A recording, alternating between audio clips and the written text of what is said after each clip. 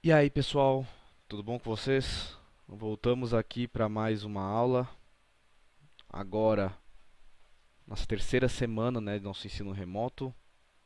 E aí, para continuarmos esse nosso conteúdo, nós vamos começar hoje diluição e misturas. Só lembrando umas coisas aqui que quem tiver alguma dúvida pode me enviar as dúvidas pelo meu e-mail sem nenhum problema, ele está aí na tela. E sobre a aula, nós estamos utilizando, repetindo mais uma vez, o módulo Bernoulli. Nós vamos começar o caderno 2 hoje, ou módulo 2. Na frente A, o capítulo 3, de nome Diluição e Mistura de Soluções. Obviamente que esse é um assunto que a gente não vai conseguir ver em uma aula toda o conteúdo completo. Nós vamos dividir em duas partes. Vamos ver hoje diluição e misturas, iremos ver em uma aula seguinte. Mas o que é diluição? A gente possivelmente já ouviu falar de diluição. Quando se está, principalmente quando se compra aqueles sucos muito concentrados de uva, geralmente.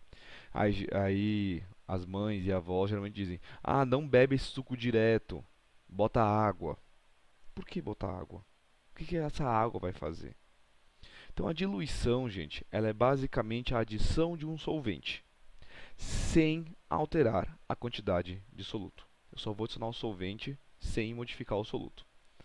Ou seja, no caso do suco, o solvente seria a água e o suco seria o soluto, seria o extrato da uva, né, no caso. Só que assim, como a quantidade de soluto não é alterada, os dados correspondentes a ele também não serão alterados. Que dados são esses que eu estou querendo falar para vocês? São os valores M1, V1, N1, todos aqueles nossos dados que a gente utilizava nas contas para o soluto que tinha o índice 1 não serão alterados. Portanto, eu posso fazer uma coisa nos cálculos. Porque eu não sei se vocês me entendem, mas que eu posso ter dois momentos. Um momento inicial, antes da diluição, e um momento final, após a diluição. Então, se eu considerar esse momento inicial, onde eu não fiz a diluição ainda, como é que eu teria? Bem, eu teria o cálculo dessa maneira. Meu cálculo, minha concentração em gramas por litro, esse I eu botei para indicar inicial, vai ser igual ao meu M1, que é a massa do soluto, dividido pelo meu V1, que é o volume inicial que eu tinha. Isso vai ser igual, eu posso transformar pelos artifícios matemáticos, em M1 é igual a concentração vezes o volume inicial. Perfeito? Fiz a mesma coisa que a gente fez na última aula sobre as transformações de concentrações, né? Transformar uma concentração em outra. Se eu tenho isso para o momento inicial, eu tenho isso para o momento final também. Portanto, minha concentração em gramas por litro final vai ser igual ao meu M1, que lembrando o M1 não vai ser alterado, dividido pelo meu volume final.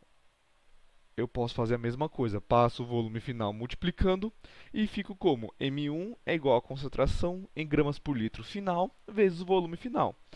Agora, peraí, não sei se vocês conseguiram perceber uma coisa já, mas nessas duas equações eu tenho M1 igual a alguma coisa. Peraí, se M1 é igual a alguma coisa e M1 é igual a outra coisa, eu posso igualar isso, ficando a concentração em gramas por litro inicial vezes o volume inicial vai ser igual a concentração em gramas por litro final vezes o volume final. E percebam que agora eu não preciso mais saber quanto de soluto tem. Eu só precisava saber a concentração inicial, o volume inicial. E aí eu já consigo descobrir a concentração final, o volume final. Geralmente nas questões de diluição são dados três valores para tu descobrir o quarto. Aplica na fórmula e resolve. Só que assim, e para as outras concentrações?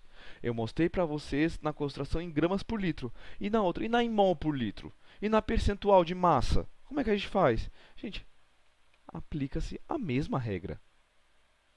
Porque meu M1, meu N1 nunca vai ser alterado. Portanto, concentração em mols por litro inicial vezes o volume inicial vai ser igual a concentração em mol por litro final vezes o volume final. O N1, que era o do soluto, não vai ser alterado, porque minha massa de soluto presente não é alterada, consequentemente a massa molar dele nunca é alterada também. Portanto, não vai ser alterado, vai ser mantido o mesmo N1.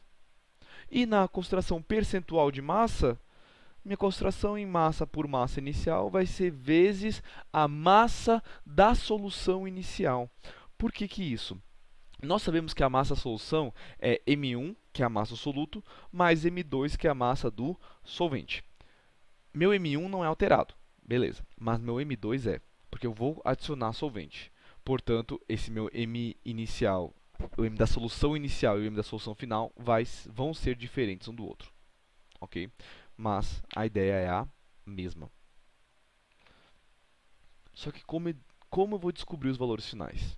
Falei muito em valor inicial, valor final, mas como eu vou descobrir esses valores finais? Gente, o valor final é sempre o volume inicial mais o volume adicionado. O valor inicial mais o valor adicionado. Desculpa, eu me confundi um pouquinho. Tanto para o volume como para a massa. Eu só tenho que saber quanto eu adicionei.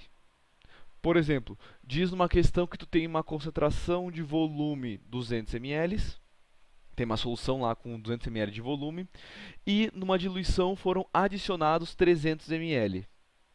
A pergunta para você é a seguinte: qual é o volume final? Bem, 200 inicial, 300 adicionado, o volume final vai ser 500. Ok, gente? Então sempre vai fazer essa adição. Existe contrário da diluição?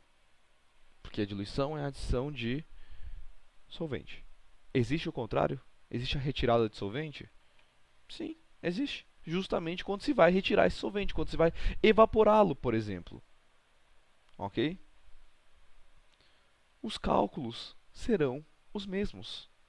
Porque o volume não vai aumentar, ele vai diminuir agora, mas a quantidade de soluto permanecerá a mesma.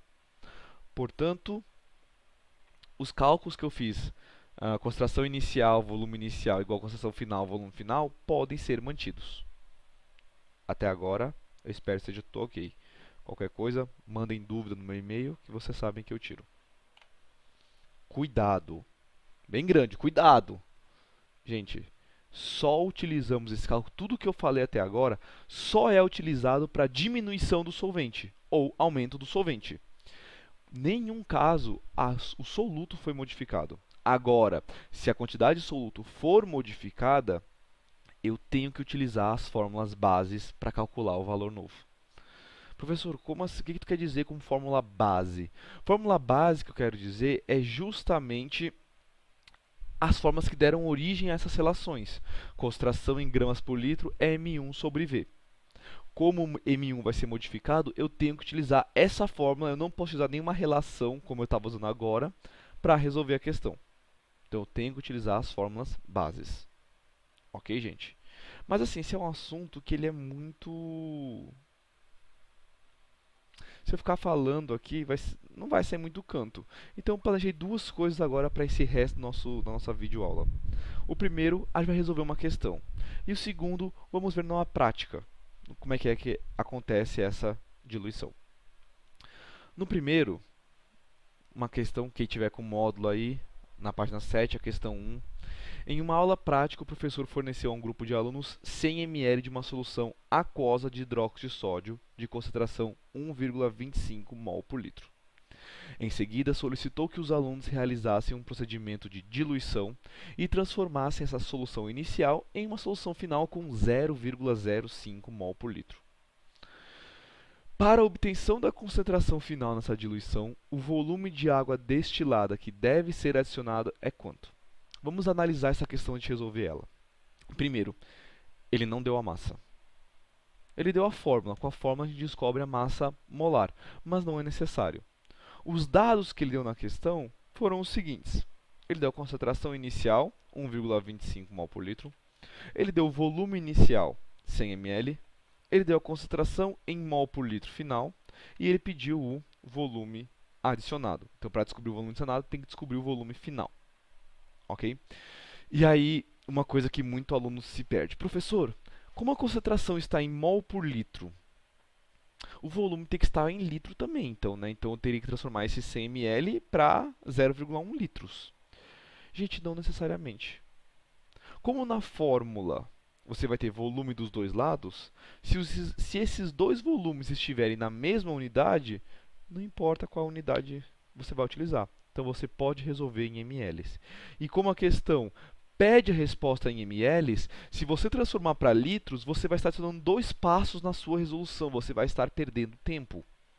Porque primeiro você vai transformar ml para litro e depois você vai voltar para o ml. Você vai estar adicionando 2 passos desnecessários à sua resolução. Qual é a maneira de resolver essa questão a mais rápida? Para ganhar tempo, porque vocês sabem que é isso que vocês têm que ter no Enem, ganhar tempo. Utilizo a fórmula, concentração em mol por litros vezes volume inicial, concentração inicial também, vai ser igual a concentração em mol por litros final vezes o volume final. Substituindo esses valores, vai dar como? 1,25 vezes 100 é igual a 0,05 vezes o volume final. Resolvendo isso aqui, 1,25 vezes 100 dividido por 0,05 vai dar exatamente o volume final de 2.500. E aí muitos alunos perdem a questão aqui, porque acham, encontrei a resposta, 2.500 ml. Não, gente, isso é o volume final. Ele pede na questão o volume adicionado. Como é que eu vou saber o volume adicionado? Bem, é fazer o volume final menos o volume inicial. Portanto, 2.500, que é o volume final, menos 100, que é o volume inicial, eu vou ter um total de 2.400 ml.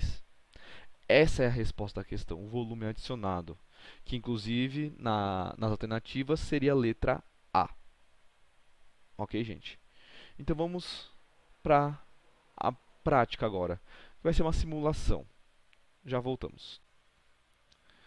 Bem, pessoal, vamos agora para a nossa parte prática, que vai ser uma simulação no site FET. Site muito bom, vocês deveriam utilizar.